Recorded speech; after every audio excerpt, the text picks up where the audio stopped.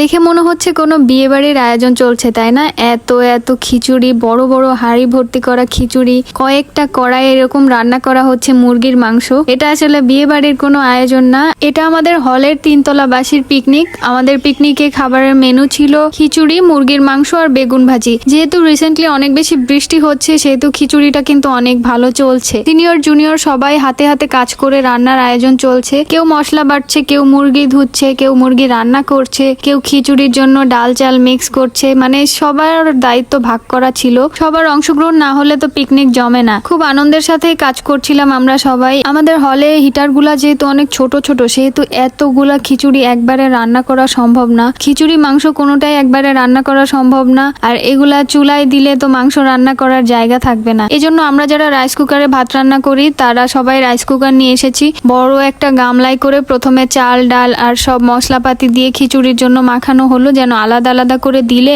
মশলার ভ্যারিয়েশনটা না থাকে। তো এভাবে করে সবাইকে ভাগ করে দেওয়া হলো। যার যার রাইস কুকার শেষে নিয়ে রুমে বসিয়ে দিল। আমিও আমার রাইস কুকার ভর্তি করে চাল ডাল নিয়ে এসে খিচুড়ি বসিয়ে দিলাম। তারপর সবার রান্না শেষ হলে সন্ধ্যার দিকে আমরা এই যে প্লেটে প্লেটে করে ভাগ করে দিচ্ছিলাম। পিকনিক মানে কিন্তু খাওয়াটা বা মেনুটা কিন্তু মুখ্য বিষয় না। সবাই মিলে আনন্দ করে যে রান্না করছি, খাওয়া দাওয়ার আয়োজন করছি, সবাই একসাথে হয়ে সিনিয়র জুনিয়র মিলে যে গল্প গুজব হাসি ঠাট্টা আনন্দের মধ্যে যে রান্না বান্না খাওয়া দাওয়ার আয়োজন হচ্ছে, এটাই কিন্তু অনেক বড় কিছু। আর যেহেতু আমরা হলে থাকি, এতগুলা মেয়ে একসাথে থাকি, এখানে কিন্তু আসলে হাইজিনটা ওইভাবে মেনটেন করা সম্ভব হয় না। তো এই জিনিসটা আপনারা সবাই ইগনোর করবেন প্লিজ। দেন আমরা 3 রুমমেট আমাদের খাবার নিয়ে রুমে চলে আসলাম। এই যে আমাদের 3 জনের খাবার, সবগুলা রান্নাই আলহামদুলিল্লাহ অনেক মজা হয়েছিল। আমি ভেবেছিলাম যে এতগুলা রান্না একসাথে করা হচ্ছে, না জানি কেমন হবে, হয়তো বা অত ভালো টেস্ট হবে না, কিন্তু আলহামদুলিল্লাহ অনেক ভালো রান্না হয়েছিল। আমাদের এখানে অনেকেই আছে অনেক ভালো রান্না পারে, তাদের দিয়ে মূলত মুরগির মাংস রান্না করানো হয়েছে। আর খিচুড়িটা যে ভালো পারে তাকে দিয়ে করানো হয়েছে। তো সব মিলিয়ে অনেক ভালো ছিল দিনটা।